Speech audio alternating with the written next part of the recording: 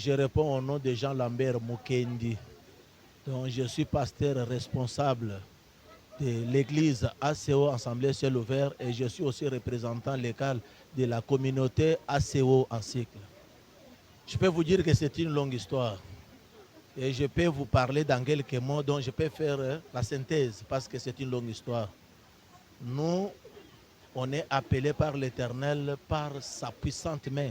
On n'a pas fait des efforts pour devenir les serviteurs, mais c'est par la puissante main de Dieu qu'on est devenu serviteur.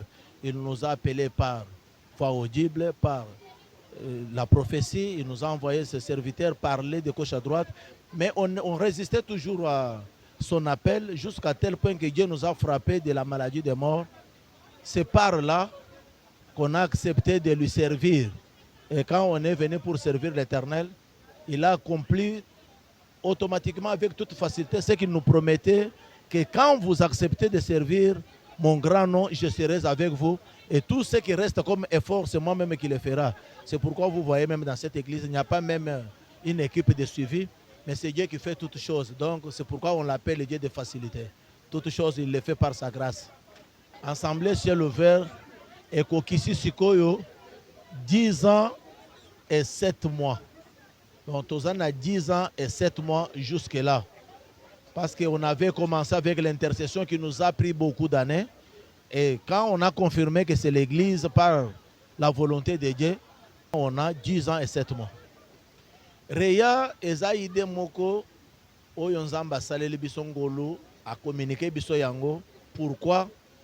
Ce qu'on m'a dit, Toza Lokola Jérémie, aye na makambo nzambe akutaki bantoma mikolo bazalaki ba prophète ya mikolo bazalaki mais babandaki kosala siko makambo lolenga nzambe alobi basala te bakomi kopesa ba prophétie pona mabumu na bango bakomi koteya pona kotuka baninga babosani koyebisa bato volonté ya nzambe nde nzambe atindaka Jérémie yango moni toye tosali Reya tosali yango na vision wana ya faire retourner les gens na makambo nzamba solo. C'est pourquoi Reya ezo signifier référence aux écritures authentiques, parce que les lots, soi-disant les hommes de Dieu, bakoleka liboso pona kote yo be koloba makambo nzambe bakomi koloba biloko eza makambo nzambe te, des fois ezo contredire na liloba nzambe quand soko tuni bango bayebi soke eza révélation. Donc eza ba directive.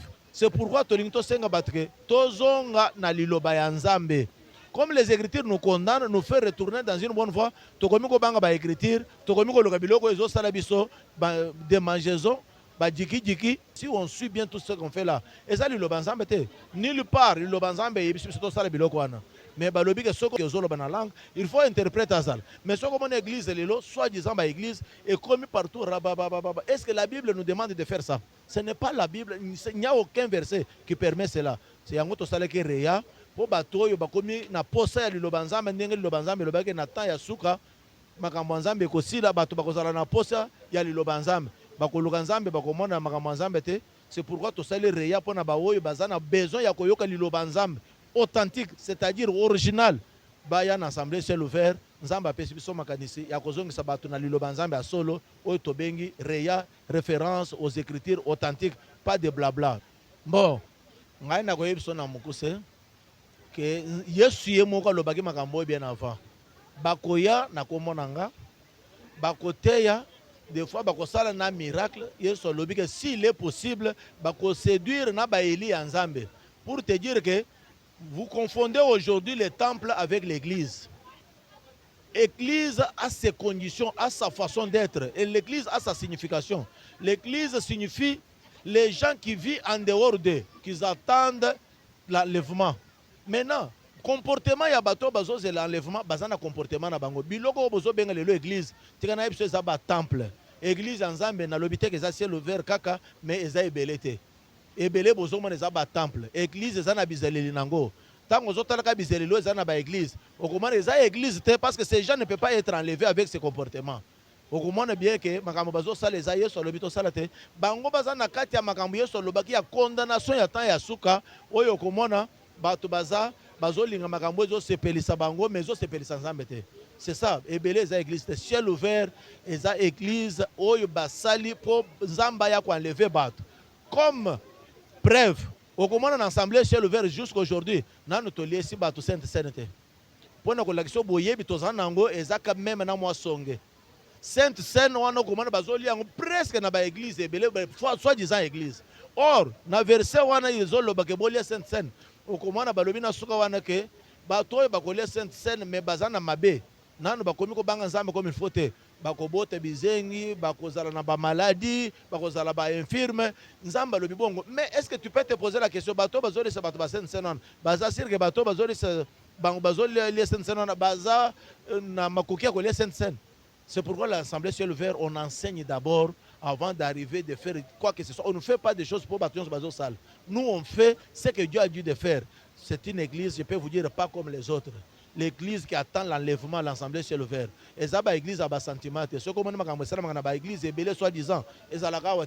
Nous, nous faisons que ce qui est écrit dans des Écritures selon la parole de Dieu. Le banzambe le dit qu'il n'y a rien d'hasard devant l'Éternel. Il dit que qui dira qu'une chose arrive si ce n'est l'Éternel qui a ordonné ça. Donc, il y a entre autres aussi, Batuebele, Bazo Bang Assemblée ciel ouvert. Parce que Malobanzam, Oyezote Yamawa, et ça a référence aux Écritures authentiques.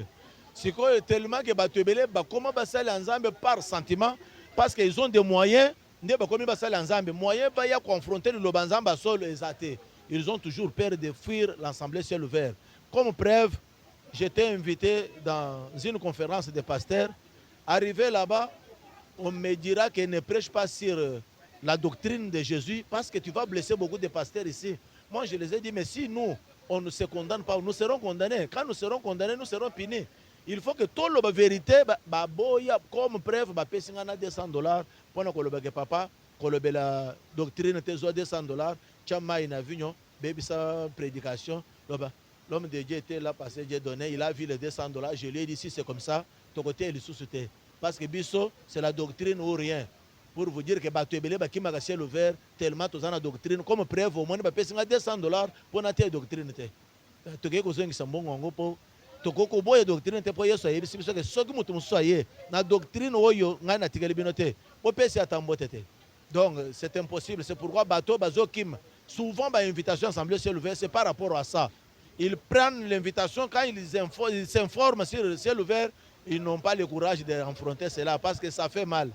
Tomoni bananzambe belé par rapport à ba faux pasteurs qui ont été annoncés par Jésus-Christ avant même de quitter la terre. Que vous les connaîtrez par leurs œuvres. Si vous avez découragé, comme si Dieu n'existe pas. Balakisi bango ke nzambe ezakaka mbongo. Balakisi bango ke nzambe ezakaka bawo bazana mbongo nde bazana nzambe. Tango bango bazomi mwana ba pauvre bien ba malheureux, bazomona ke nzambe azaya bango te nzambe bato mbongo. C'est pourquoi particularité ya temo et lobby, il y a encore une possibilité pour toi. Et tant que tu es lobby que à ta pauvre ata mutambongo, chacun a un problème ou ya zoze la kaka possibilité moko pa nzambe pour la solution de son problème. Donc nzamba za ya batu nyonso, nzamba za ya babola za batu mbongo. Soki ozana eloko te, nzamba za pe nzambe na yo. Et puis soki ozangi quelque chose, ne te décourage pas, kotika nzambe te parce que nzamba za kaka nzambe ba oyo bazangi pe asale la kabango. Mutu akokana nyonso na mokila za te. Même chef de l'État a des problèmes. Comme preuve, vous voyez même notre chef, il va dans l'église. Mais il va chercher quoi? Il a aussi des problèmes. Toute personne a toujours un problème qui cherche aussi une solution. C'est pourquoi Toche, particularité, il y a thème Yambalo, et ça a encouragé Bananzam. Oye bakoma ki fatigué, oye bazo mona net nzamba tiki bango bien nzamba za ya bangote, to yebisa bango nzambe azaya biso nyonso. Mais ayez courage, il y a encore une possibilité pour toi. Nazo yebisa bandego nyonso oyo peut-être bayoki mbele na biso, bayaki te, ou bien ba mususu bayoka ki mbele na biso te. Que Mbala Sima va se connecter na biso sur Facebook, c'est Assemblée ciel ouvert officiel sur Facebook, ACO TV sur YouTube. Donc, connectez-vous et vous allez nous retrouver. Nos prédications sont exposées là-bas. Nous, on ne cache rien. Venez, venez. Dieu n'a pas changé, il est le même. Hier, aujourd'hui, éternellement. Mais boya nzambo oyo ya kalawana azali azosala ti lelo nano abongami te yango nazobenga bango base connecter baya tozozela bango baya koyoka maloba nzambe oyo ezokonsoler bango oyo ezolakisa bango nzambe asolo oyo akela bango banzambe aposha bato te.